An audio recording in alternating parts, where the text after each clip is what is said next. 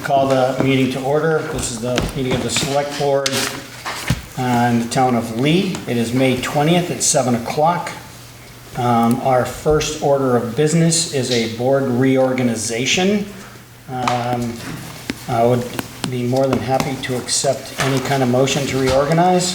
Bob? Mr. Chair, I move we appoint Sean Renier as chairperson for the Lee Select Board for the next year. All right, I would second that. You're going to accept this one? Sure. All right, so all those in favor? Aye. Aye. It is a vote. And then You want me to read this? Yeah. All right. I failed to do it. Thank you. So I I'll have give my you the gavel, agenda it's there. up You to can you. keep that then. one. Okay, very good. Thank have you. your own? Yeah. Sure. Well, first, I will inform everyone that pursuant to MGL Chapter 30A, Section 20, we are making a video and audio recording of this meeting, just so everyone is aware. So our next order of business are the... Still? Yeah, we have to appoint a clerk. So I would move that we appoint Bob Jones as clerk. I would second that. I would accept. If there's no further comment, all those in favor? Aye. Aye. Aye. All right. Board reorganization. Next order of business, we have open session minutes for April 22nd and May 6th. Mr. Chair, I move that we approve the minutes of April 22nd and May 6th. I would second that. Motion and a second. Any comments or corrections? If there's none, all those in favor? Aye. Aye. Next, we have public comment. Anyone for public comment, please move forward to the microphone. Just identify yourself. Hi, Josh Bloom, 204 West Park Street in Lee. Hey, Josh. I'm a member of the Lee Youth Commission. I wanted to ask the Select Board if you could clarify with the formation of the Parks and Recreation Committee, does that committee have a budget, and what is the scope of their mandate? And do you have a sense of what the process will be of transferring certain responsibilities from the Youth Commission to the Parks and Recreation Commission? If you don't have those answers, you want to think about it and get back to the Youth Commission, that's fine, but... I don't know, maybe Chris has an answer or two. We mulled that last meeting. And yeah, as you can see, we're appointing a couple members. There's going to be 5 total, or there can be up to 5 members of the Parks and Rec Committee. And I think their duties are going to be maybe tangential to the Youth Commission. And I think we would, work together on exactly that. But I know that there's been sort of a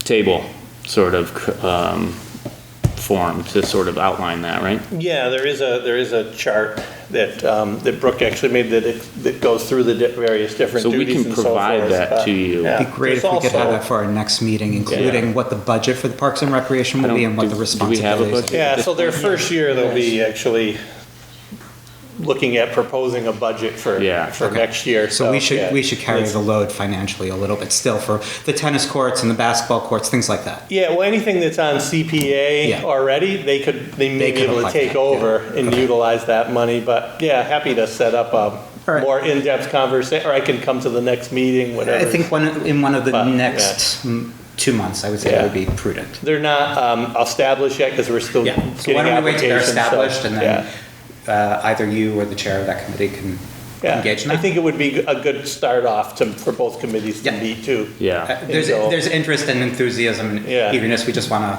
know where, Yeah, who's absolutely. going to take over certain responsibilities. Sure. All right, thank you. Thank you, Josh. Thanks, Josh. Anyone else for public comment?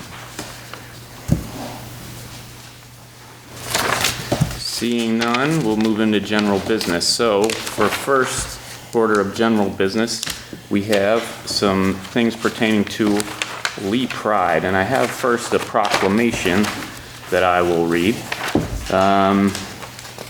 This is the Town of Lee proclamation dated May 20th, 2025. Whereas the Town of Lee is a friendly and welcoming community that celebrates, promotes, and recognizes the importance of diversity equality, and inclusion, and whereas the town of Lee is dedicated to fostering acceptance of all its residents and preventing discrimination and mistreatment, and we reaffirm our commitment to do more to support LGBTQIA+ rights in our town, whereas the town of Lee is strengthened by and thrives upon the rich diversity of ethnic, cultural, racial, and gender identities of its residents, and whereas the town of Lee recognizes the importance and contributions of members of the LGBTQIA+ community, and whereas the town of Lee acknowledges that members of the LGBTQIA+ community continue to face discrimination and cruel, persistent efforts to undermine their basic human rights, and it is specifically difficult for LGBTQIA+ youth. Now, therefore, be it resolved that I, Sean Renier, Chairman of the Select Board of Lee, Massachusetts, do hereby proclaim that the month of June be known as LGBTQIA+ Pride Month in Lee, Massachusetts. And we encourage the residents of the town of Lee to join in celebrating Lee Pride as an annual celebration each June, promoting the principles of equality and liberty while we remind the LGBTQIA+ community that they are deserving of dignity, respect, and support throughout our town, given under my hand and seal of the town of Lee on this, the 20th day of May 2025. Yeah, so we have that proclamation, and along with that, we have some entertainment licenses for our Lee Pride events that will be happening. Josh, I see you're here at the podium again. Hi, I'm Josh Bloom, 204 West Park Street here in Lee. I'm a volunteer with Berkshire Pride, and specifically with Lee Pride and this inaugural event. This proclamation is for Pride Month is based off of other proclamations that other towns in the Berkshires have passed in recent years. The two entertainment licenses that are before you, the first is for... Sorry, Josh, but before we go any further, I just want to, we just need to move to ratify and sign that proclamation, and then we'll get to the entertainment license. But thank you for all your efforts here. And so at this point, I'd entertain a motion to allow me to sign Sure, I'd proclamation. make the motion to have you sign the Town of Lee proclamation. I will second that. If there's no further discussion on the proclamation, all those in favor? Aye. Aye. Thank you. Josh, go ahead about the entertainment. What's your, what kind of events are you planning, and when is it going to happen, and all that sort of good stuff? We have a couple licenses that we'll get to in a second. So June 14th is going to be an all-day festival here in Lee, beginning at 9 a.m. and ending at 11 p.m. The first entertainment license, well, I'll backtrack a little bit. The first event that's happening at 9 a.m. is an Interfaith Pride prayer breakfast that's going to be hosted by the First Congregational Church here of Lee, here next door to us. And that will be open to all and include a free breakfast. That will be followed by a reading of the town proclamation, Pride Proclamation at 10 o'clock, and the opening of an expanded farmers market here, both in the park and in front of the church, and also in front of Nonotuck. They have given us permission to use their lawn. They're one of the sponsors of a financial sponsor of Lee Pride and Berkshire Pride. The question that we had for you today, that we came to Chris this morning about, was the response that we got from vendors far exceeded the space that we would generally have available for even the craft fair that we have here in Lee. We had something like 48 applicants for vendor spots. That's in addition to the standard farmers market spots, which are approximately 16 to 20. So Berkshire Pride has asked me to come before you to find out if you would consider and allow us to expand the vendor areas into the parking spaces of the parking lot without obstructing the traffic flow and without taking over handicapped or police parking spots. The police station has been consulted about it, and their concerns were what I just said about allowing for the flow of traffic to be allowed to continue and the parking spots for emergency vehicles, which we've addressed. The church said that they also need to approve it, and they're having a facilities meeting tomorrow night. So what I would like to ask as part of this proposal is that you consider it conditionally, pending whether or not the church says yes. If it's not something that you would consider for whatever reasons, we'll come up with a backup plan. And then the second entertainment license is for later in the day. After the market ends at 2 p.m., there will be a free outdoor concert as part of the Devonfield Inns concert series. We have a musician playing there, and then we're capping off the day with 2 drag shows and dance parties at the Starving Artist Cafe. One is intended to be a family-friendly event, and one is intended to be an adults-only event. Those events, we have also submitted a request from Starving Artists to extend their hours of their beer and wine or alcohol license. I forget which one it is. And that would take us to the end of the evening, and we'd be done by 11. Yeah, so I suppose we should take these one at a time. Yeah. Do either of you have a problem with extending expanding the Lee Farmers Market into the parking area as stated? I mean, I really don't see an issue. I don't see an issue. I don't only suggest that maybe you reach out to Lee Bank and Price Shoppers, Avians, or just to make people aware that there's compensatory parking, so to speak. Will do. Yeah, I would think since the church really owns this lot of land, if they want to give up those spots. It's on the weekend, we don't have office hours here, so you're not taking any parking spots away from people who would come to do town business, so I don't see a problem with that. All right. Thank you. Which one are we taking into account? The first one is the Berkshire Pride, Lee Pride in the Park Okay. event, which goes from 9 a.m. you said? 9 a.m. Setup will be starting then. The 9 a.m. is the church service. Right, 10 I just is want to the make sure we farm- have, is the market. 10 is the farmer's market. We'll just put 9 on the license just to be safe, so we won't cut you guys off. So, I'd entertain a motion for approval of the Lee Pride in the Park, conditional on, the church's approval. So moved. You know, I'll second it, but I have a comment. Do we need to condition it? I mean, they're gonna have it anyway, whether they take up spaces or not, so I don't know that I wanna make the license conditional on the parking. Sure. You know what I mean? I can sort of address that, which is to say Okay, the church sure. has already approved the use of the park and the area in front of their church. So if their conditional approval is more limited, we can collectively understand that, interpret that to be that they approved only the more limited. Yeah, I mean, I'm fine, I just don't wanna, all of a sudden they say, no, don't take over the other parking places, and what, our license goes away? I don't think Sure. that that's the way we wanna handle that, so I don't know if you'd be inclined to just modify your motion in some way so it's not conditional on the expanded parking places. That just, you know, I mean, they're gonna do it in the park anyway. Yeah. But Say I it's just- approved up to the extent that the church The will church allow. allows, yeah. I mean, Sure. Sounds good You to know, me. if you wouldn't mind amending your motion, Bob, I'd be happy to second that, just to. Yeah, so I move that we approve the Lee Pride Day and the parking arrangement, however the church deems it Yeah, acceptable. I would second that. Thank you. Sure, no problem. Any comment or discussion on Lee Pride in the Park? Hearing none, all those in favor? All right, Aye.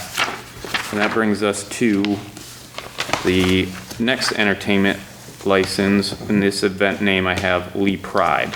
And this is later in the day, be held in Starving Artists Cafe. Yeah.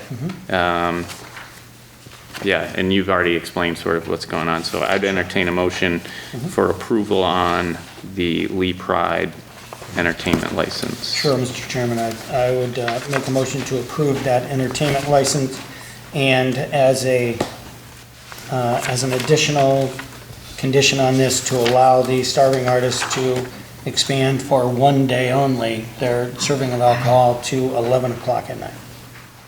I will second that. Motion and a second. Any discussion? Hearing none, all those in favor? Aye.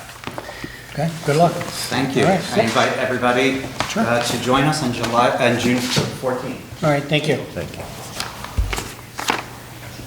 Okay, next up, we have a couple items, looks like from our town planner. Brooke, why don't you Mr. Chairman, come? while she's coming up, can I just check with Sabrina on the alcohol thing? Was my motion sufficient? Yeah, it was- Okay, because I yeah. didn't know if it had to be separate for just the alcohol. No, that's, Okay, that's, thank you. Just want to make sure we didn't miss something up. Welcome, Brooke. What do you have for us? So I there. have a couple things for you today. I first wanted to approach the board to talk about the possibility of maybe looking into the Wild and Scenic River designation. A Wild and Scenic River Act was created in Congress in 1968 to preserve rivers with outstanding natural, cultural, and recreational values in a free-flowing condition for the enjoyment of present and future generations. I feel like the Housatonic, especially in downtown Lee itself, doesn't meet already a lot of these criteria. I'm bringing this to your attention after a really informative discussion for the Westfield Wild and Scenic River, and it was really awesome to hear about what all the different towns off of the Westfield have been able to accomplish and work together in order to preserve the river, as well as just improve the overall health and cultural events, and so many awesome things came from that. So I just wanted to kind of bring it up to the board and see if this would be something that the board would like me to maybe look into doing. I know that the Housatonic Valley Association, I believe, has already kind of been, they've been very, excuse me, the lower part of the Housatonic, so Connecticut down, the Mass border, is already a wild and scenic river. But Mass up is not. So from the border in Connecticut all the way up Pittsfield, it's not a wild and scenic designated river. So I know that the Housatonic Valley Association is very fundamental in creating that designation in Connecticut. And they were having a couple of events in Pittsfield and the Berkshire area. So I was wondering if the board would like me to reach out and kind of look further into this. I did reach out to the Park Service, the National Park Service, that is, who is the implementing body in this area. I did get some information from the chief park ranger in this area about that there are already some groups interested in this process in our area for the Housatonic River. He is out right now, so I haven't gotten the specifications of what groups, but I do believe HVA is one of them. But yeah, I just wanted to talk to you all about it, bring it to the attention, and see if it's something that the board would like me to look into. I think this would be an excellent start of rewriting a beautiful narrative with the Housatonic River. I think it has a lot of important values in our community, and I would love to see it get the recognition it deserves. Sure. No, I definitely appreciate and support your efforts on this. I think definitely, to me, it would meet the cultural and historical significance category. So, Gordon, Bob, do you guys have anything to add? I think that, I definitely think we should look further into it, and I think we need more support when it comes to the river, and we'd like to offer more support. Yeah. It's something we all share together. It's a lifeline that runs from Massachusetts all the way to Long Island Sound, so I would fully support more research into it. Does this require a motion? I don't suppose it would, really. I mean, eventually it probably Eventually, will, sure. but I think at this point, it's Yeah. just looking for the support of the board. Yeah. For Brooke to continue her efforts into this, so. Sure. Yeah, go for it. If that's all we have on the Wild Scenic Yes. River, the next order of business we have in front of us is ZBA appeal fee. Yes. Proposed change, correct? Yes, so currently in our fee schedule for ZBA, we don't have any defined fee for the appeal process that you Right. have for variance, and then for the planning board, special permits, all of our Form As, we all do have designated filing fees. Typically, it's $500 for the larger applications that require posting the paper, because posting the paper does take up most of that Yeah. budget. So it was recently discovered that we don't have one for an appeal process. And after getting in touch with a couple other towns, Lenox, Williamstown, 500 is the basic fee that most towns do charge for an appeal. Again, it's mostly to cover that newspaper posting, so. I don't know if the board, that was what was recommended to me, but if the board has any other, feelings as well, totally open for it, but I did want to bring that to the board's attention because we just have not really had too many appeals. So I think that this was just, variances are much more common for a ZBA, so. I guess where would the filing fees come, or the postage fees come from in, previous appeals? Do they just come out of the ZBA's budget? Yeah, so the land use budget, whether it be ZBA, planning board, Sure. it's either some of it's postage because we have to send a butter notices, and some of it comes out of an advertising budget.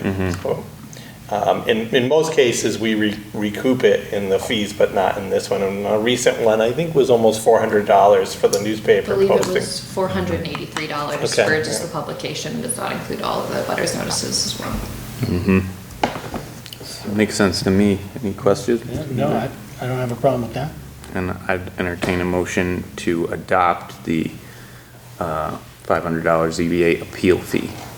Yeah, Mr. Chair, I move that we adopt the $500 fee for filing an appeal with the zoning board. I'll second it. Any further discussion? If there's none, all those in favor? Aye. Aye. Aye. Thank you. Thank you. Next order of business, we have a presentation from the CDC South Berkshire, and this is for housing development. And I see, maybe we gotta fix up the link there, Yep. but if somebody with the CDC would wanna step forward and just speak, please identify yourself for the people at home and let us know what's going on. All right, well, I'm Jeffrey Cohen, and I'm not with the CDC. Oh, what are you doing But here? I used to be the director of the CDC.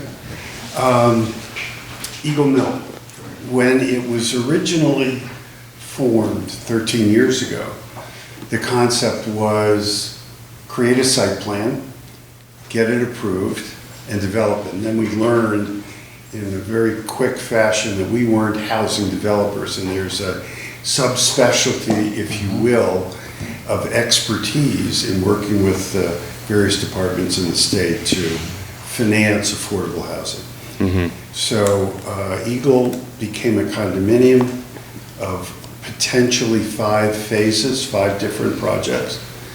And Eagle Mill Redevelopment entered into an agreement with John Rosinski and his company to develop phase 1 as 56 units, I believe, and that's currently under construction, to be completed, I suspect, in the beginning of the year. Phase 2, another 66 units or thereabout, is a new building, which is proposed, essentially approved, but needs to be financed, and the applications for that financing have been submitted to the state. We should hear about that in July. So hopefully phase 1 and 2, 122 units, will be approved and essentially under construction continuously until that phase is finished. Phase 3 includes the new building that was proposed in front of the machine shop, and could include the 9 units which are approved in the machine shop, maybe not.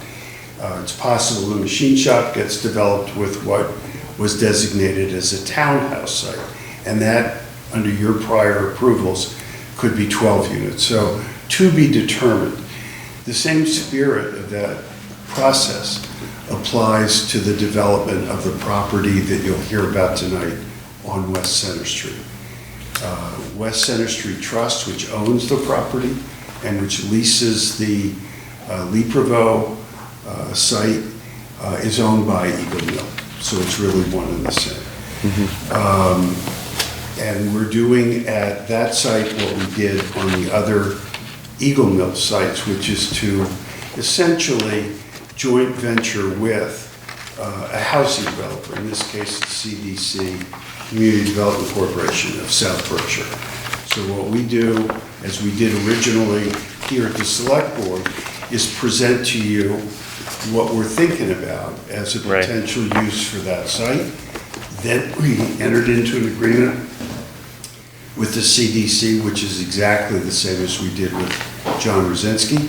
We're contingent upon, obviously, the approvals by both the town of Lee and the financing at the state level. The developer of the housing that you'll hear about tonight will be the CDC of South Berkshire. So that would be the final piece, if you will, of the potentially 6 sites of the Eagle Mill project. 12 years, 13 years now in the making, but at least, hopefully we're on a roll that's going to now be continuous for an extended period of time. Yeah. So when we first came here with this site, it was Eagle Mill, suggesting what we thought we would do. And as has happened with each of the other sites, the CDC and our architect, Nick Eldon, has refined that according to some of your comments. And as you know, Nick, Jim, and I have met with the police chief, the fire chief, DPW chief, a number of people in town to get feedback, so that tonight's presentation gives you the most current suggestion as to what we think might be most appropriate there in response to all of the comments that have been made informally at the town levels. So with that, I'd like to turn this over to Nick and Jim. Should introduce Stephanie Lane to you. She's the new boss at Yeah. the CDC. Yeah, why doesn't everybody, who wants to be identified, come up and let everybody know who you are? And just to be clear, we're not actually considering anything, there's no. There's nothing for you to approve. Right, there's no application here, this isn't a hearing, you guys are just presenting. We're doing what we've done for 13 years, Yeah. which is to try and make everybody aware We appreciate of what that. we're thinking about, so Yeah. if you have any suggestions, we're happy I'm sure we'll have some. to try and address them. I'm going to step out. If anybody has any questions about Eagle Mill, that I'm happy to answer. This is their show. Thanks. Thanks, Jeff.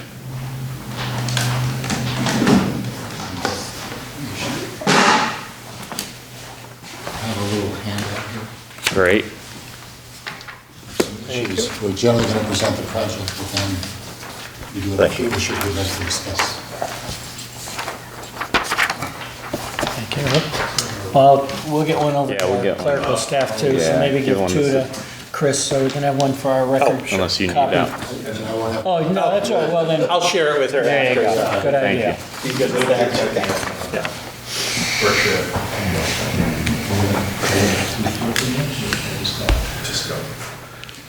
Good evening, gentlemen. Good evening. Ladies. My name is Nick Elton. I'm here from the firm Westwork Architects. Our main offices are in Boston, but we also have offices in Sandusville, Mass. We do a lot of affordable housing, that's what we do. And Chris has very artfully suggested that you can see this. Oh, that's great, yeah. Okay. The project in question. I just asked you to speak up, because. Okay, I'm sorry. I will speak up. Generally, people. Yeah, thank you, so we can get it on. Just quickly before Nick gets going, so I'm Jim Harwood, I'm the president of the board of Thank you, yeah. CDC South Berkshire. We are a 30-year-old organization that works to provide affordable housing in the Berkshires. We are very excited about this project, which would be the third in a series of similarly sized projects that we've done over about the past 5 or 7 years. And we are similarly excited about our new executive director, Stephanie Lane, who is in her first month. Sixth week. Sixth week. All right. Time flies. And Stephanie brings a wealth of experience to our organization. She has decades of experience, I think mostly in Vermont Vermont and New York. and New York. And so we're happy to welcome her to the team. I don't know if you want to add anything. No, just thank you. It's been a wonderful ride so far, and happy to be here in Great Barrington, and thank you for welcoming me to the community. Great. Okay, I'm going to assume, so as way of introduction, Westbrook is an architectural firm that does a lot of affordable housing. We have worked for the CDC before and for Berkshire Housing, now called Hearthway. So we have three projects that are completed in Great Barrington. You might know there's two of them just south of the Big Y. They're on both sides of the street, Boswick and Windrush. And we've done projects in Pittsfield and we've done quite a number of, we did Capitol Square in Pittsfield, we did Soldier On. We've done a number of projects around here. So I'm going to hope that you can see my cursor. The site in question, this is Main Street. This is West Center Street. Eagle Mill is up here. And you can see the site involves this piece and this piece right down here. The tracks are directly to the east and they cross the street. This is in the downtown business corridor. I'm going to try to do this quickly. I have a lot of drawings in here, but I'm going to skip by some of them. Sure. But I have them in here just in case you need it. So it is composed of 3 individual sites together that make this one site. And then there's this other smaller site. Between the two of them, it's about just shy of 83,000 square feet, a little bit shy of 2 acres altogether. There is a town right-of-way right here that leads to the tracks. And we're not proposing to take that over, but we would like to maintain it as something that we can use to be able, as a street.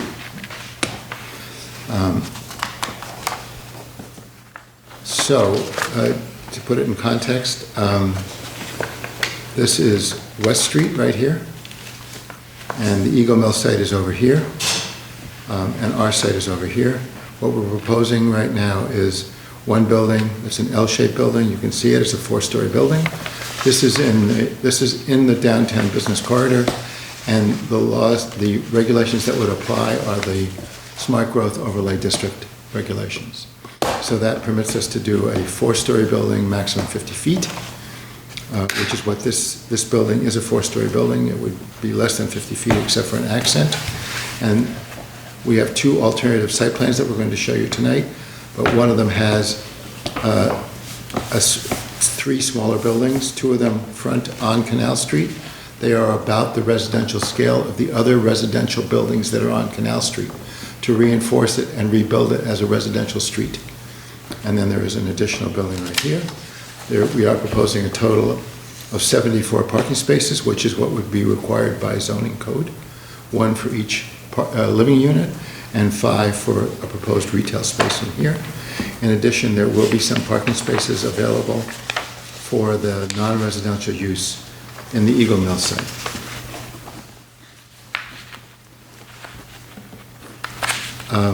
What I want to point out here is overall, there is a front entrance to this building that's off of Center Street, and there is a principal rear entrance, which we believe many people will use, in as much as if they park, this will be the way that they'll enter, likely not go around the front, but they can walk around the building. There's site amenities that are proposed for the building. An inner courtyard here with a grilling and picnic area, a community garden, a community green, and a tot lot.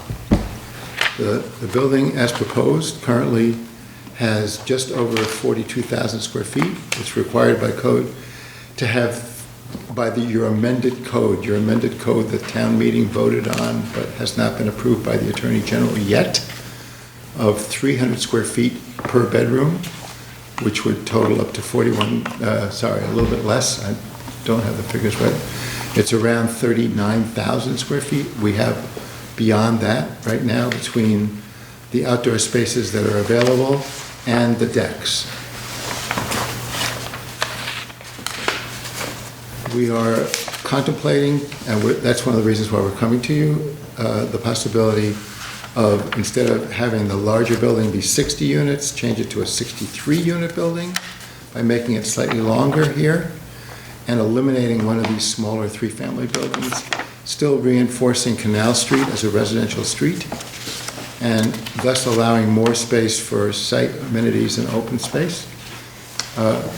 The submission that we made to the planning board did have three smaller buildings in it, but right now we prefer to do two, but we're looking to discuss this with you. Either way, it would still be 69 units. The 69 units are composed of 21 one-bedrooms, 41 two-bedrooms, and 7 three-bedrooms.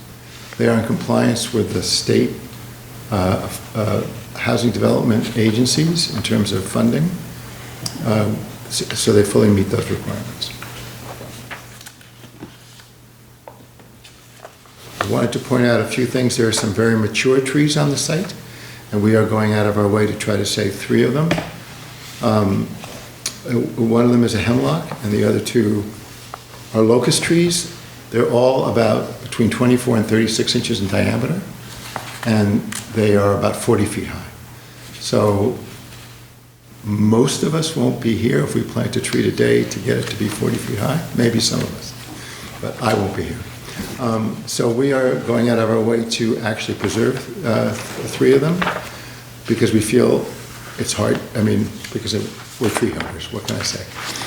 In order to do that, there'll be a portion of the site where these 2 trees that you see right here in the cursor, the grade will be maintained so that the tree roots will not be disturbed. And in this area, we're doing a raised area for the trees, i.e. we're maintaining it where it currently is, and we are not disturbing the root structure for the entire canopy of the tree. We have a landscape designer on board, and we're taking the precautions, what we need to be able to preserve the tree.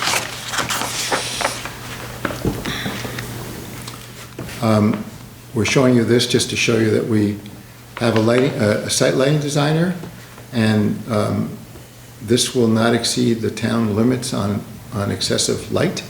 It will maintain at least a half-foot candle in the areas of walkways and all the parking areas. So it will be adequately lit, but it will not be overly lit. Everything is night sky, so it will not pollute the night skies at all.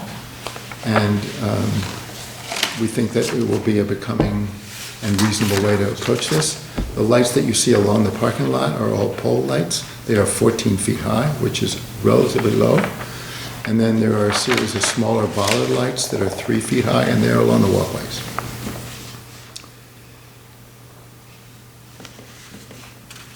So we have a basement, and some of the amenities that are being proposed to be provided to the tenants are an exercise room.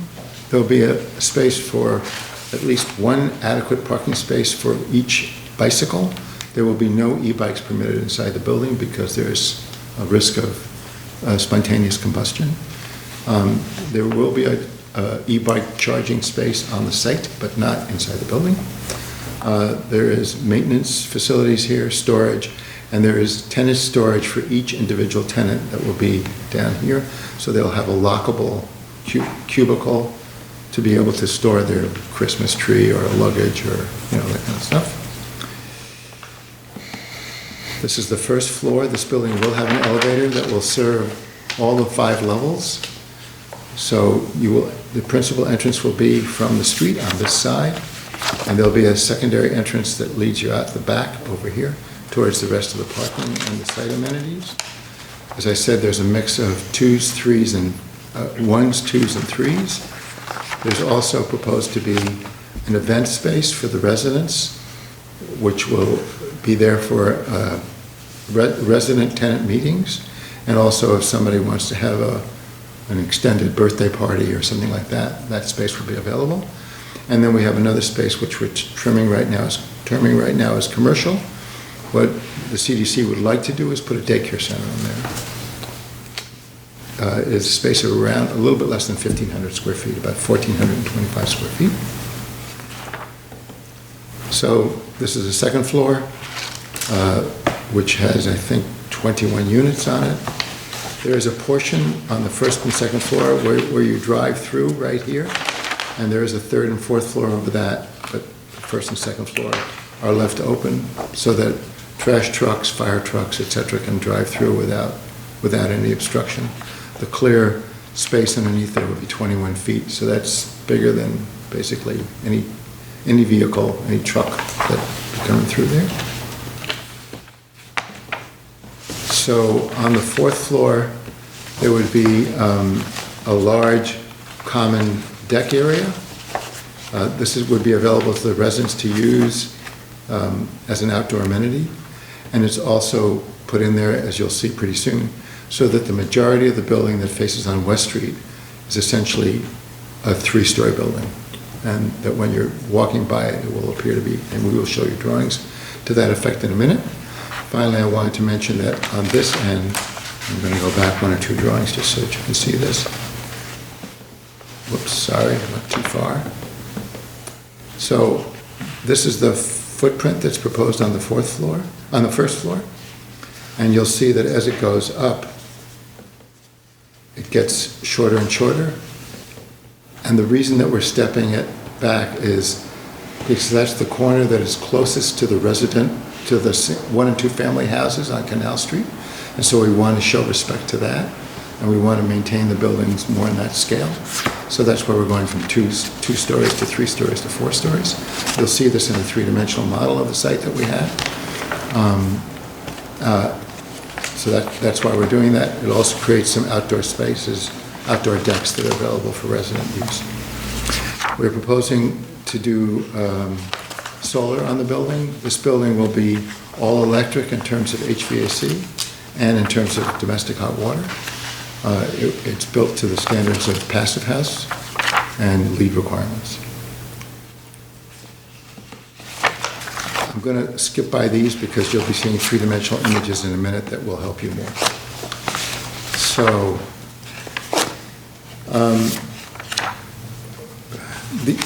I have a series of images, and we have changed it very slightly, but we made the submission, which is what you have in your set here, and what we've made as the original submission is the submission on the top, and we've made little variations on it, so I just wanted to make you aware of it. But the main thing that's different is that this is the larger L-shaped building. This would be either, in this case, it would be 60 units, and then there'd be 3 units, 3 units, and 3 units. These 2 buildings front on Canal Street. This is the one that's more in the middle of the block, and this is the inner courtyard. What we're proposing now would be to eliminate this building and make this building slightly bigger, and therefore we'd have 2 buildings here that face on Canal Street and 1 building that faces on Center Street. So the reason that we have the 2 images here is because this is what's in your package up above, and this is the one without that building. And we have four views of that in 4 different directions. So you can see it. The top has the 3rd building in it, the bottom doesn't. And what you see on the roofs are the solar panels, which would not be visible from the street. And you can see that on West Center Street, there's a 3-story portion and a 4-story portion, most of which is set back quite a bit. You'll see these buildings in slightly bigger in just a minute. This is looking at it from the northeast corner. So the second image you saw is as you're approaching it from the north. This is image as you're approaching it from downtown and making the turn onto West Center Street. And then this is the final image looking into the courtyard from the southeast. So this is a slightly bigger view showing what we originally had in the package that you have in front of you right now. What we are proposing right now is a building, we're going to be showing it to you larger, that would have brick, the reddish orange material that you see here is brick, and it would have precast concrete lintels and sills, similar to some of the buildings you see downtown. And we also have some accents, which you'll see in just a minute. And then there is an accent on the corner, so that as you're coming into town, it presents it as a special building. And it wraps around the corner, so this is what you see from the west. This is where the D'Angelo's restaurant is right now.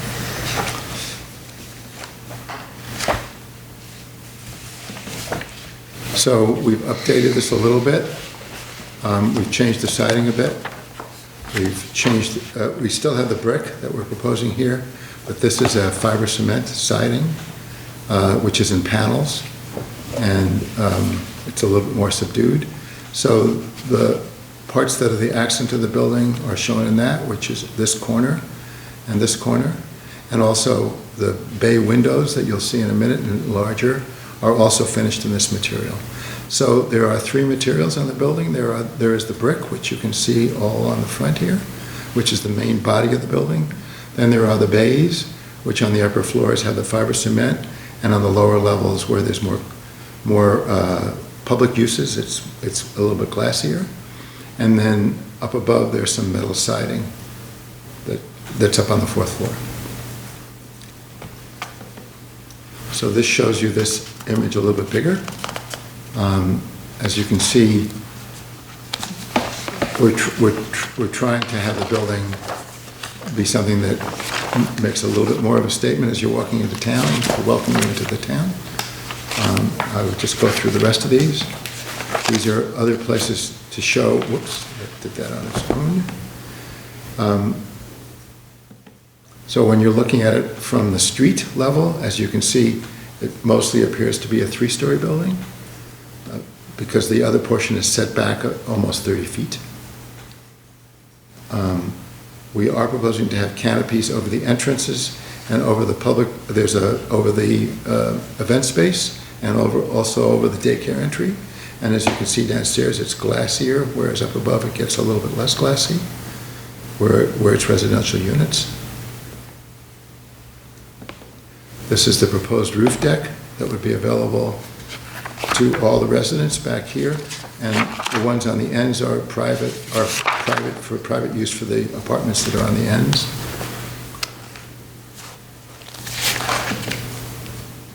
And this is the inner courtyard, which has that raised area to help preserve this larger tree. And you can see that again, there's the fiber cement siding, panel siding on the bottom, and the metal siding on the top to break the scale up. And I just wanted you to get a sense of some of the materials that we're using. The bays would look very similar to this, which is the fiber cement material, and there's some metal siding. And that's an existing project that you've done yes, this year? And also I've used these materials down in Great Barrington. Mm-hmm. So they're and we can show you other ones as well.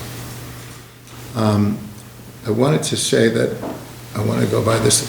So there are buildings downtown, which we took a lot of our cues from. For instance, this building, which is very, very, very close to the building, virtually across the street. It's brick above, and it's retail down below. And it's a three-story building, and our building, most of it that faces on West Center is 3 stories, except it sets back 25, 30 feet. There's a 4th story level. We've tried to pick up similar details. This is a much more contemporary building. This is not a 150-year-old building or a 125-year-old building.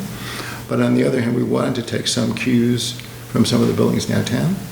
So we do, I mean, there are many, many buildings here that are brick buildings that are 2- and 3-story, and some one case is a 4-story building, where it's kind of retail down below, which is exactly what we're doing, or more common public uses, and then masonry up above, brick. We introduced brick to respond to a comment that we got from the planning board when we presented this. They preferred us to try to take more cues from the buildings in town. So we believe that some of these do present a lot of the, for instance, you'll see on this building that the window treatment we're proposing is very, very similar, and this has corbels on the top, and we're proposing to do that, and it has some accent tile in it, and we're proposing to do that. So we are trying to take cues from the existing buildings. I have other images, but I don't think that there's more that I mean, you may ask specific questions, and I'm ready to respond because I have other images to show to try to respond if that comes up. I hope that presents the project. The project overall is around 72,000 square feet. If we do the 3 buildings, there's about 64,000 square feet in the bigger building and another 9,000 or 10,000 in the smaller buildings. If we do the 2 smaller buildings, the size of the bigger building goes up a little bit to about 65,000, and the 2 smaller buildings are obviously 1/3 less. Well, thank you for the presentation. I mean, I'd open it up to you gentlemen first if you guys would like to comment. Well, it's a lot to take in. You know, I did it all today. No, I'll be very interested. It would be a very big change for the town of Lee, and first and foremost, I'd be interested to see what our constituents, their response to it, of course, initially. I mean, there is a need for housing, certainly. I'm sorry. You like what I said? Or?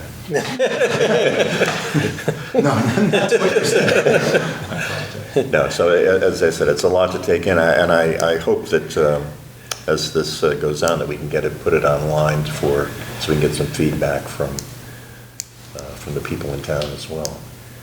We presented this project in its earlier iteration to the planning board, and then again, when we changed it to the planning board. Yeah. So they're aware of it. We have filed for a special permit for this planning board. I think we're on the docket for the 9th of June, and it's public record at this point. It's been advertised.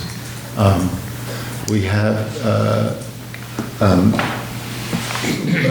Jeffrey Cohn and I did meet with some of the abutters to talk to them about it. Frankly, most of the abutters, I mean, there's a used store, you know, I mean, a place where people can store their material, and there's a plumber that keeps his warehouse there, and there's another light industrial building, and there's D'Angelo's, and I don't think that they're gonna have a problem with this. I can't guarantee that, but, and I don't know, maybe Jeff could talk about the rest, some of the, I think you know some of the residential people pretty well, right? And we've tried to respect stepping down, and in fact, I think we've tried to reinforce Canal Street as a residential street. So. And I think if you think back to several years ago, there was that row of townhouses on the north side of the street that were demolished. Right. And so, and if you think about what's kind of behind this site, which is the storage building, and, you know, there's some legacy buildings back there that, you know, are sort of residential, but it looks like maybe they're in more of a light industrial use. And I think this goes a long way to help redefine Main Street as it wraps and heads up to the bridge. So I think it's an exciting development. I agree with you, a big change, but a positive one. Yeah, I look forward to that. This is very, very helpful, so I look forward to actually going down to the site and trying to put it into perspective. I'm also happy to, if you wanted me to meet you, I'm happy to. Yeah, we might take you up on that. Okay. It's a large building. I wanted to mention a few other things if I can. This part of the site is in the floodplain, and there's something called compensatory storage, in other words, and we are far exceeding, I mean, we're actually lowering a portion of the site to accommodate the situation. So we're far exceeding it, even though we're doing a raised area to try to preserve that tree. So, and we're working with SK Design on doing the engineering for that. And we are also putting in a groundwater retention system that will exceed the 25-year storm requirements. We do have an overflow in case there's excessive rain, but in general, we will be able to accommodate that all. And we are going to tie into the Canal Street side because the front is state highway. So I have a couple comments and questions too. One is from West Center Street, which is what that is. What's your distance back from the actual traveled way to the front of your building? Well, there's a, I know there's a sidewalk above, There's a from the sidewalk. traveled way to the building. What kind of, I think it's something on the order of, there's a 10-foot setback required by, for the zoning. well, yes and no. But anyway, that's, Well, okay. that's a little iffy the way it's written, but anyway. That's what we're doing. Yeah, that's, so you're 10 feet, is that what you're talking 10 about? feet from the back of this, from the side edge, but the side edge, I don't think is the back of the sidewalk. No, it probably isn't. I think the roadway has a greater amount. We're going 10 feet from the property line. Right. So I think it's something on the order of 20 to 25 feet. I'm sorry, I don't have it staked. So it won't be as wide as this building. That's, close. Wide. Close. Close. I think that's Close. right. So, my concern is when you come, not when you get through Main Street so much and go around the corner, but I think when you come down the hill into our town, that it's a heck of a slap, a heck of a huge looming thing. And I will tell you, I'm not a fan of the Great Barrington one just beyond Big Y and the VFW. It's so close to the road, I always feel almost claustrophobic when I drive by it. And that's what I would hate to see here, is that you are so close with such height. And we don't have that anywhere else in town. At least way better. I actually sat through both presentations at the planning board on Zoom and paid attention. It's a heck of a step up from your first rendition, which I really did not like. This is, at least you brought some materials and tones in that are better. The original just seemed to be, I use the term garish colors. I really didn't like the different juxtapositions of these bright, horrible, in my mind, bright colors. At least you've toned it down. I think that's a little better. Added some glass and some depth. I just feel like that building is totally out of scale with anything at that end of town. And this is personal opinion, obviously the planning board, you don't have to come back to us, but maybe we'll see. But yeah, it just seems so out of scale to be that close to the road, I think that it's going to be similar to the reaction of our public to the ambulance building when it was first constructed and everybody drove by it and said, who approved that? How did that happen? Because it's super modern right next to an 1820s firehouse and it just seems like, it's just not my cup of tea, but a lot of people may love it. It's definitely bringing some, a modern look into the town at that end, which right across the street is not a modern look with the mill, which I think is great, that project and the look of it and your new buildings that are gonna go on. I think that's all great. I'd like to look a little more at the interior. I had some questions on that, but I don't need to go into that right now. The size of the trees on your pictures, beautiful little tree, not the big ones, but these other things you have in your drawing.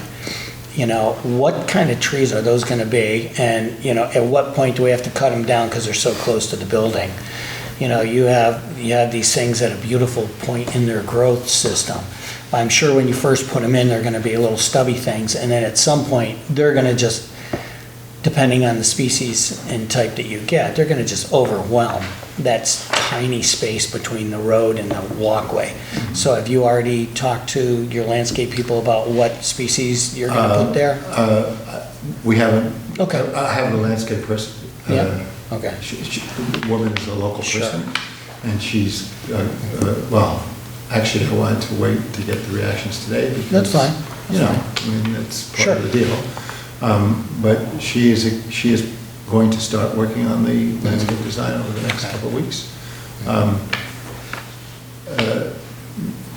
We are proposing quite a number of trees. Yeah, I saw. But that's just what I showed. She's really Okay, gonna, yeah. that's why we hire her, right? Right. I'm sorry, I'm not in a position to say, Okay. oh, she's gonna suggest this or that. Well, when you're talking to her, you can tell her that I'm concerned about the process of the growth of that. And then in X amount of years, when you have to take them down and what's that gonna look like? And where are you gonna go then? And what kind of plan do you have for replacing things as they get just too big and, start interfering with, seen some properties to look great when they're first done. And then 10 years from then, they're having to cut half the tree off on the backside, because they're just interfering with the moisture content of the building and that kind of thing. I will say, I certainly like the looks of this better than your first rendition, as I mentioned. And I think the idea of going with only 2 smaller buildings and maybe extending that, if it gets that far and you extend the main L shape, I think that's a better plan than going with 3 small little residences in the back, or not, they're not small residences, they're 2 to 3 families each, so. But I think that opens up that area better if that's what you were after. At least that part of it, I think is a step in a better direction. Again, I'm just worried about what people are gonna say who've lived here forever and come down that hill from Lennox, come around that curve and bam, you're just hit in the face. So, but anyway, I'm just one voice. So that's right now, you mentioned the lighting, 14 feet isn't so bad. At least you have the smaller bollards near the walkways. I think that's a plus. And keeping the lighting levels as dim as you can, because it's already hard in this town to stand on Main Street with all the lights we have on and see the stars at night. You know, it's just, they never dim down and they're just so bright. I have had people from out of town saying, wow, you got a lot of lights, and they are bright. And a lot of people who walk the streets say, this is great. So, you know, there's a mix of both sides in anything that you're gonna do. So I think I better end my comments right there. I mean, I'm very sensitive to that issue. Yeah, So, okay, thank you. But thank you for coming in, and hopefully people will watch this, and Okay. the more we can get it out there, we'll have better opinions Yeah. from the townspeople. You know, we have a lot of people who don't have a history with Lee, who now live in Lee and might like to see this, and others who may not like to see it because they have a lot of history with the architecture and the beautiful thing like Kelly's Funeral. What a gorgeous building, you know, these kind of things with those features, but I understand cost also on a project. Thank you for the opportunity Yeah, to speak. absolutely. No, I definitely share some of Gordon's concerns, and I think we're all a little leery of a huge building like that. I think picking up more cues from the surrounding architecture, the better in that sense. I also wonder, I see that the entrance, the Eagle Mill entrance is across the street from your entrance, and I worry a little bit about like a traffic issue with so many. We're gonna have over 100 units at the Eagle Mill site, and now there's 60-something at your site. You know, it's gonna create a lot more traffic on that end of town, so I see a potential issue there. And that intersection, the way that it is always a little confusing, the way that it opens up sort of coming down Main Street, and you've got the little awkward mobile entrance right across the railroad tracks from you. So I wonder if you guys are taking that into consideration or have any sort of, you know, you don't have to maybe go into detail. we have but- talked about it quite a bit. Yeah, We believe that it's probably a better idea for the two to be across. yeah. From each other rather than having them staggered. Mhm. And candidly, I mean, we'd love to engage in a conversation.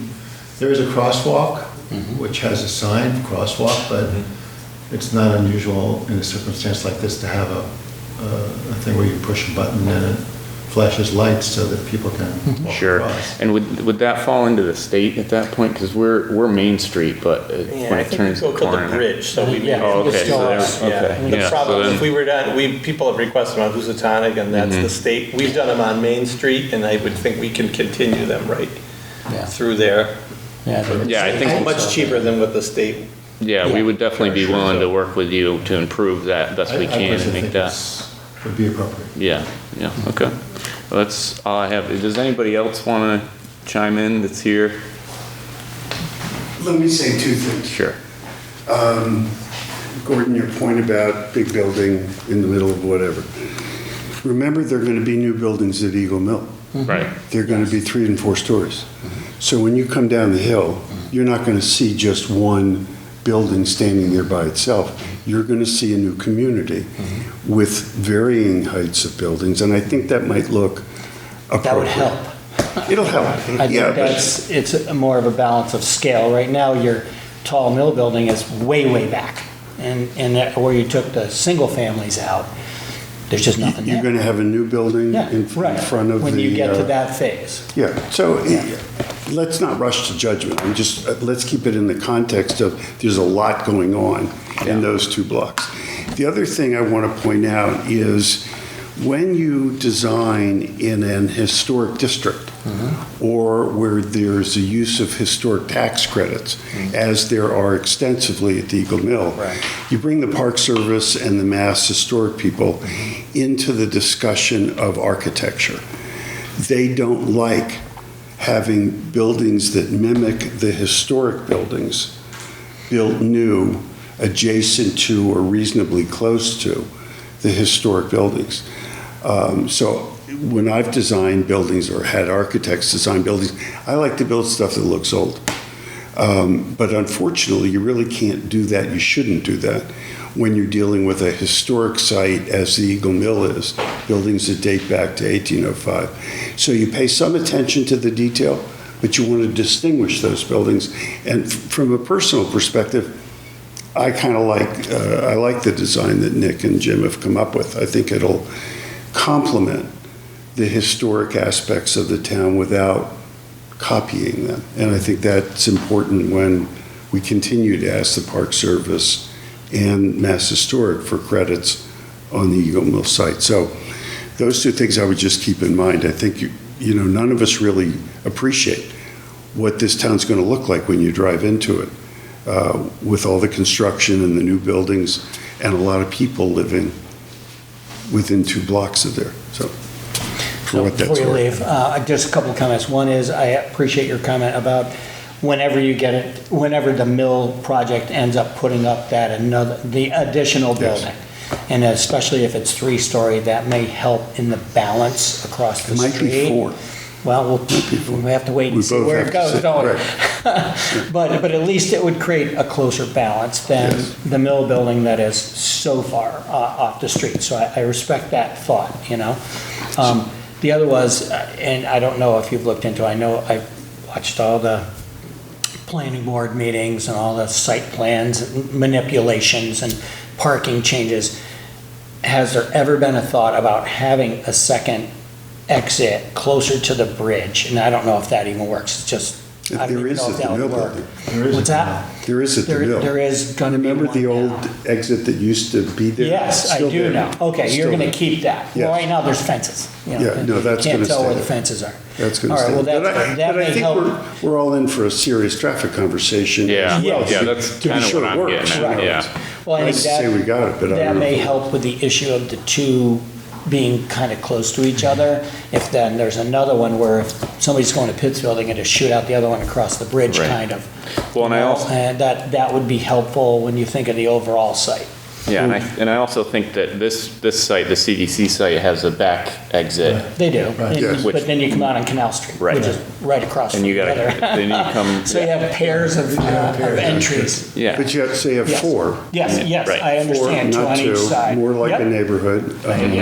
I agree. And you'll have, probably the same traffic study firm Right. as we used at Eagle will do the traffic study on this site as well. So we'll have people that know more about traffic than I do, or. Yeah, I think that Nicholas that's an will important tell us what step to do. for sure. Yeah, Well, they'll have to take into account on this site, all the additional stuff you're going on the Eagle Mill side.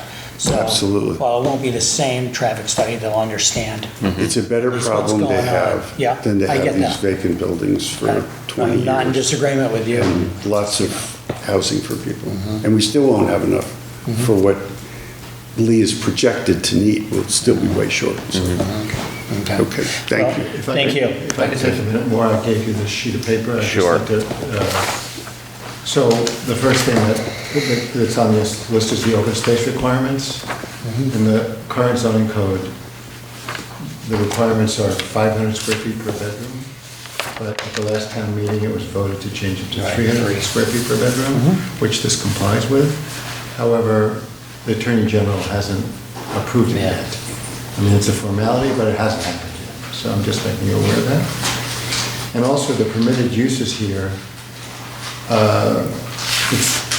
we need an interpretation, and Brooke has indicated that we probably have to ask the planning board to give us an interpretation, because if we want to put a daycare center in there, it's not clear whether that's a permitted use. So the closest is this number 7 that's, so we will ask them for an interpretation on that. I think if we have a daycare center, as I said, there will be some parking spaces available at the Evo Mill site, and we may use a few of them if there's a daycare center for the daycare center staff to be able to park during the day. And the issue of the traffic study, so we are going to have a traffic study because this is a mass highway road. To be able to get approval from them, we'll have to do it. But the zoning code currently says that if there's 500 trips or less, there's no traffic study required. And the traffic engineer that we are hiring has looked at it and has determined that there will be less than 500 trips per day. So we will be submitting that to you. Not that we're not going to do the traffic study, but I don't think that we're going to get it done that quickly. That's the main issue. If I may, Sean? Sure. It just occurred to me when Jeff was talking, that is, I hope you take it as a positive suggestion, that you might consider producing a small three-dimensional rendering of the project, because people have a hard time with spatial. Okay, we did model the whole site. I thought we showed you a series. No, in other words, put it here on the table. Put it here on the table. Oh, you mean create a model? That's, Right. Okay. Just for your consideration. Okay. The town will give us a grant to pay for it. Yeah. You can apply for funds, we'll let you know. Yeah. Yeah. All right, well, thank you again. Do you have anything else you'd like to? Nope. No, anybody? Thank you for the opportunity. all good. Thank you. Sure. With that, I guess we'll move on to our next order of business. We have a few appointments here to make. Our first one is a zoning board of appeals appointment. We have Adam Mead, who submitted a letter for our consideration, and a member of the community. And I guess I would entertain a motion to approve Adam Mead. Mr. Chair, I move that we appoint Adam Mead to the Zoning Board of Appeals. I will second that. Okay, if there's no further discussion, I'll call for a vote. Aye. Aye. Aye. Next, we have a couple members or a couple candidates for the Parks and Rec Committee that we're going to be forming. Brian Hogenkamp and Catherine Miller. I don't know if you guys want to take them separately or... Well, after reviewing everything they've submitted, I would be happy to move them together and make a motion that we appoint them to the newly created Parks and Recreation Committee. Second that. Okay, if there's no further discussion, all those in favor? Aye. Aye. I was actually, if there's no objection, I was hoping to serve as a ex officio member of the Parks and Rec Committee. I say go for it. Yeah, you like that? I do. I don't want to, I didn't want to take a full spot, but it's something that I wanted to be involved Yeah. with. Yep. Given my education and background, I thought I could lend my expertise anyway. I don't think we don't need to move that, right? Chris? I wouldn't think so. No, just show up. Just show up. Yeah.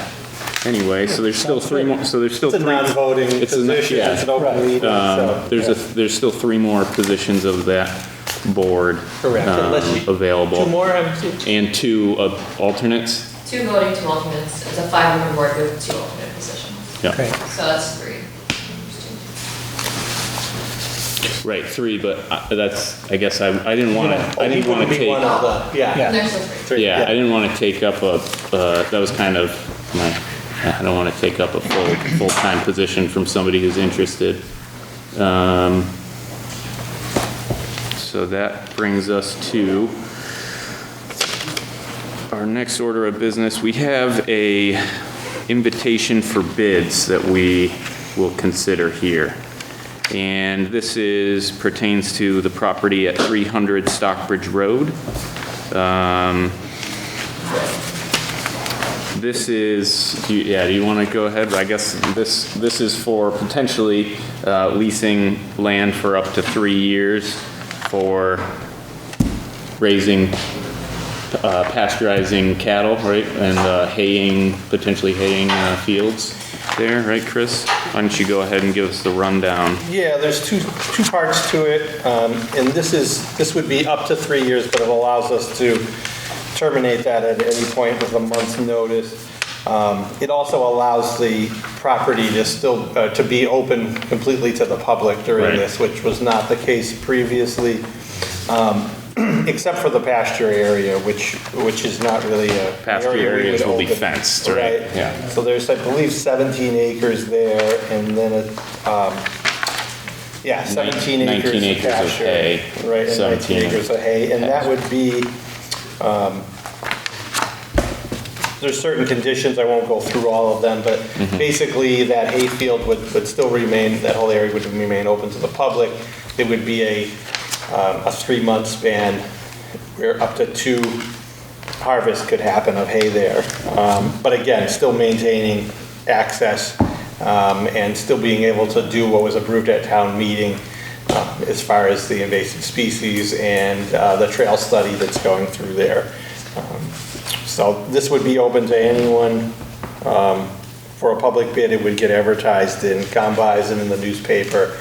And we're taking 2 separate bids, one for the hay, one for the pasture area. Right. They don't have to be the same. They do not have to be the same person. You can apply for one or the other or both. Yeah. Yeah. And it's not changing any uses. These are the 2 hay fields that have most recently been hayed, and it's an area that's already fenced for pasture. So there is some other hay fields that haven't been used in the last few years, and they're just kind of going into an early successional habitat now, which we're going to continue with. So.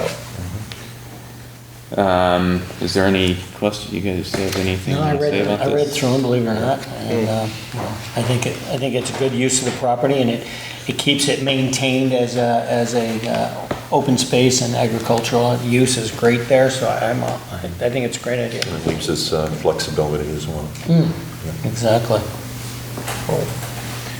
I did want to mention, so I have someone from the Ag Commission and our planner here that both looked at this as well and have shared with with the Ag Commission. And I know Brooke has done work with Pinnacle Trail Design and has also gone up there did all the GPS points for these, so. Great. And is Mary going to bring us a report from the Agricultural Committee, or just sit in the back and nod? Oh. I'm just wondering, how's the Agricultural Committee feeling about this? Well, Mary Britton, I'm chairperson of the Agricultural Commission. At our last meeting, we discussed that this was coming up as an option for people to lease a portion of the 300 Stockbridge Road property for haying and for pasture. We didn't take a vote on it, it was just discussed, and we moved on to the next topic, so. Okay. Well, thank you. As a member of Lee, not, a personal, I think it's a really great idea to have that. Thank you. And we can't actually lease it for more than 3 years, right? Correct. We could continue another 3-year lease, but. Anyway, I would entertain a motion for approval of our Mr. Chair, invitation for bids. I move that we extend an invitation for bids for the lease of open space at 300 Stockbridge Road. I will second that motion. If there's no further discussion, hearing none, all those in favor? Aye. All right, next order of business, we have a letter of recommendation for Berkshire Gas Company, which I will read. To whom it may concern, it is with great pleasure that we, the Select Board of the Town of Lee, extend our highest recommendation for Berkshire Gas. Over the years, Berkshire Gas has been a reliable and professional partner, consistently obtaining the necessary permits for their work within our right-of-way. Their collaboration with our DPW has been exemplary. Berkshire Gas has shown a steadfast commitment to the maintenance and improvement of our roads, sidewalks, water utilities, and sewer systems. They diligently follow the proper channels for permits associated with Lee's public infrastructure, ensuring that all projects are executed with the utmost professionalism. Berkshire Gas's responsiveness to any issue that arises from their work is commendable. They not only meet but often exceed our standards for restoring work sites, demonstrating a high level of craftsmanship and attention to detail. Based on the quality of work they have consistently delivered, we wholeheartedly recommend Berkshire Gas. Their contributions have significantly benefited the town of Lee, and we are confident they will continue to do so in the future. Sincerely, the board. So I'd entertain a motion to sign. Sure, Mr. Chairman, I would make a motion to sign off on this letter. I will second that. And isn't this, because wasn't this requested? I mean, this just isn't out of the blue. Yeah, it was requested. Yeah, it was requested of us by another town, I believe you said. Just so people at home know, we just generally don't write this kind of letter for fun, for a utility. If we do, But I it want was- one. Yeah, I want one too.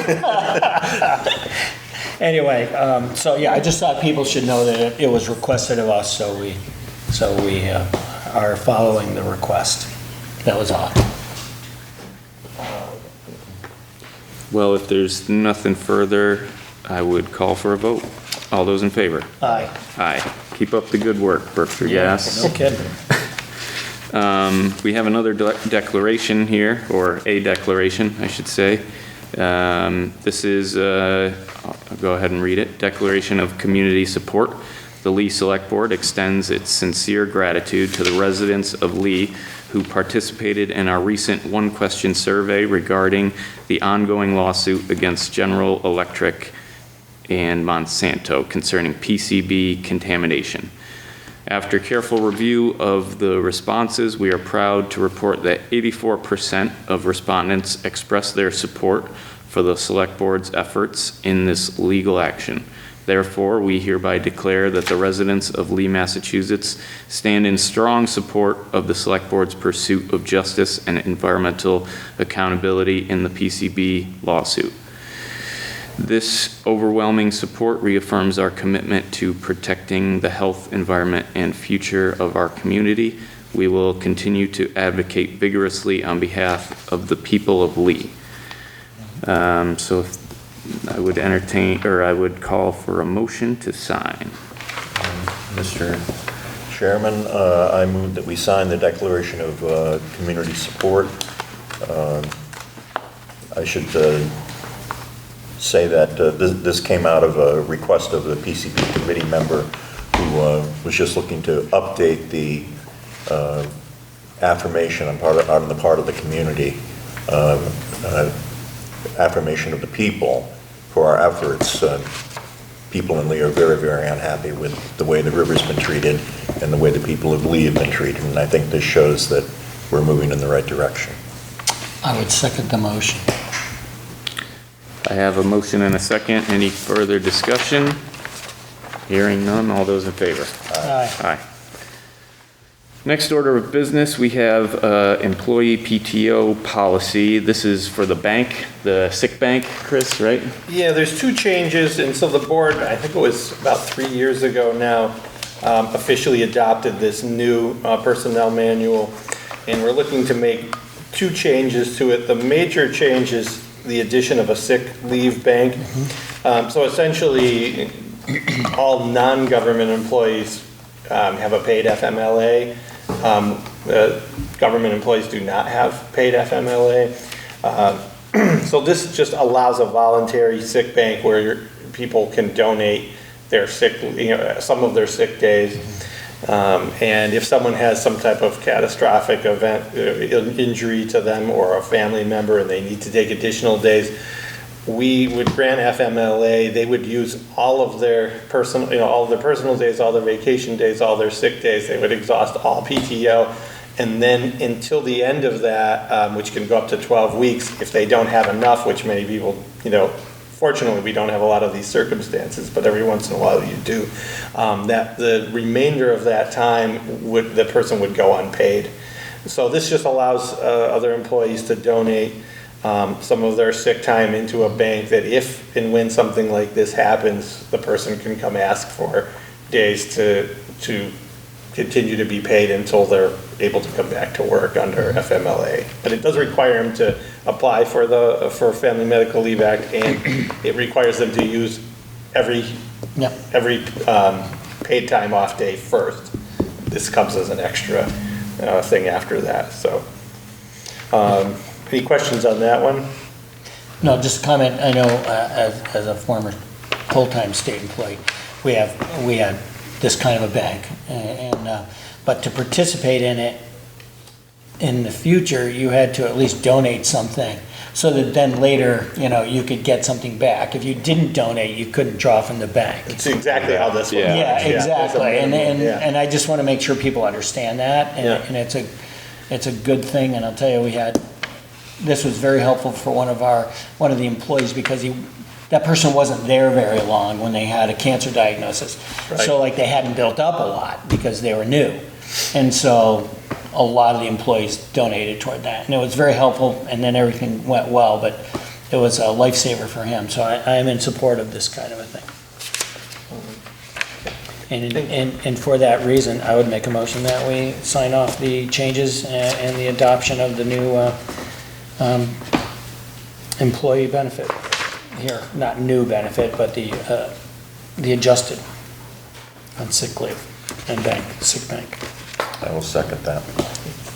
And just during discussion, the second part was just a clarification. The vacation for new employees was kind of confusing, because if you were at this part of the fiscal year, you got 6 months after 6 months, or sorry, you got half your vacation after 6 months, and others you didn't get it till the next year and a half. And without going into the details, this just simplifies it, and this is your vacation will be prorated based on, if you're getting towards the end of the fiscal year, we're going to give you, the months going up to that new fiscal year, and then you reaccrue your days versus there was a convoluted way before where certain people ended up waiting a year and a half, and others, if you started at just the right time, you actually ended up almost with more. So it's just a simple monthly prorating until the next fiscal year. So that's all I have. So I have a motion and a second. If there's no further discussion, all those in favor? Aye. Next order of business, we have an authorization to make for town council to sign the closing documents for 35 Tamarack Ave. So unless I entertain a motion to authorize town council. I think we've discussed this Yeah. in the past, so I'll make a motion to have town council sign the closing documents for 35 Tamarack Ave. And I will second that. And just to be clear, this is the property adjacent to the school, which, right? Correct, yeah, near Hartwood. Yeah, In which Tamarack. is sort of, Tamarack is Adjacent to the softball. access. Yeah, adjacent to the softball field. So if there's no further discussion, all those in favor? Aye. Aye. Next, we are looking to authorize the town administrator to sign our municipal aggregation contract. Yeah, so I know, it seems like we just did this, but Yeah, it does seem I'll like pass that. this along as it just Thank you, came sir. in. But essentially, this is the price list that's coming out to all of the, I believe, 17 towns in Berkshire County that are aggregating as a group rate. It tends to be a little better than going individually because we're purchasing it as a larger group. Notice right now, we only did 8 months, which was all summer rates, which are the cheaper rates. So you'll notice a slight increase from the current rate, but less than what's predicted to happen if we didn't use the new rates for the Berkshire County group, because the winter rates go up quite a bit. So this is actually a 3-year contract locking in the rates at 13 cents a kilowatt hour for 3 years, summer and winter. So I can say that we've seen winter rates as high as 22 cents a kilowatt hour. Yeah. So that would be one steady rate for 3 years, and that's what the group at this point is recommending. We do need to make a final decision in early June. So, and when they do it, it'll be just a quick 2-hour turnaround. So that's why I'm asking for that authorization to join the Berkshire County group. So, Mr. Chairman, yes, I have a question, if I could, from Chris. So, as I look at my electric bill, I haven't seen any change, I haven't seen this 10 cents. What the heck is going on? And I've had people ask me, it's like, I've well, seen it's mine still are 11, a really? lot, yeah. you won't, the bill looks exactly the Well, same. no, the only reason we saw a big change is because the governor ordered them, all the utilities to give us $50 back one month. You know, so everybody thought, oh, this is aggregation. It's like, it's not. Yeah. But yet my supplier and my provider, you know, I didn't see a change. It's a very subtle change on there, and your supplier should say Lee Muniag now. It didn't. If it didn't. When did it supposed to kick in? Did you opt out, Gordon? Oh, heck I'm no. kidding. No. I'm foolish, but I'm not that Did you foolish. get your April bill yet? The bill for April? No, but, Because it won't show up until the bill for the month for I your thought we April just, I usage. know we just got it. So Yeah. I'm gonna go back and look Take a again. look. If it doesn't say Lee Muniag, let Okay. me know, and All we right, can. Very good. Yeah, Yeah, well, I'll just but- find out why. I don't know. The bills that came out in April for March did not reflect that. But the ones in May for April should reflect that, and should I'll also take have an that. additional discount on it for March, because it wasn't. Right. By the time it got through the system, it missed the March bills, but it should be cycle. on there for April. Okay, so. I'll double check that. Thank you. If it doesn't, we'll get you enrolled for the next meter I don't read. understand it. What's going on? So I'll go back and double check. So. Thank you. I think I'm still looking for a motion. Yeah, I would make the motion to have the town, allow the town administrator to sign a municipal aggregation contract as, when it's necessary. I will second that. If there's no further discussion, all those in favor? Aye. Aye. Next order of business, we have a temporary sign permit and a fee waiver for this, for the farmer's market. Do I have a motion? Mr. Chair, I move that we sign the temporary sign permit for the food market and waive the fee. I will second that. Make Second. note that it's for signs, more than one, quite a few. But it's all good. Yeah, so I have a motion and a second. If there's no further discussion, hearing none, all those in favor? Aye. Aye. All right, we have an announcement here. Monday, May 26th, we will be having a Memorial Day Parade. Starts at 10 a.m. It's Main Street to Lee, goes all the way down, wraps around Housatonic Street and up to the Fairmont Cemetery. And there'll be a ceremony at the cemetery to follow the parade. For all those who'd like to be there, so everybody's aware. Next, we have an announcement of Household Hazardous Waste Day. So this is a program for getting rid of the stuff that you don't know how to get rid of. It's the day is Saturday, August 9th. You do need to pre-register, which is important. I'm guessing this will be on the town website somewhere, Chris. Yeah, it should be up there already, Yeah, so but you there'll can- be a sign up coming. Yeah, so there'll be, Closer. you can get all the information there. You know, it's all sorts of oils, pesticides, herbicides, cleaners, all that sort of stuff. So I'm sure that, yeah, if anybody who's looking to get rid of some of their household waste, go online and check this out, and it'll tell you what you can bring, what you can't bring, and you'll have the information to pre-register. August 9th, 9 a.m. to 1 p.m. at the Lee Wastewater Treatment Plant. That'll be where the drop-off is. Anything You wanna add? I don't know. We have a couple additional permits that came in that I'd like to entertain, I'd like to consider here at this point. The first one, I guess, that I have in my hand is a partial service replacement at 190 Teresa Terrace off the road behind their house. Do you guys have that one? I don't have either of those, but I'm happy to, unless it's somehow, hold on, it may be over here. Yeah. Yep, We'll these are give you a additionals. second, but this Not a is, problem. yeah. There's an existing service Yep. there, and they're just gonna, yeah, do a partial replacement, essentially, so. Doesn't appear like they're gonna be working in the road at all. No, and I see It says off-road behind the house, so. Given the DPW and police sign off, and the fact they're not, looks like they're not in the road, I would make a motion that we sign off on the application for a permit for 74 through 78 Main Street service replacement. So that's for 74, yeah, there's two of them. So there's a motion for gas service installation at 74 through 78. Do I have a second? I'll second that. That's for 74, 78 Main Street. All those in favor? Aye.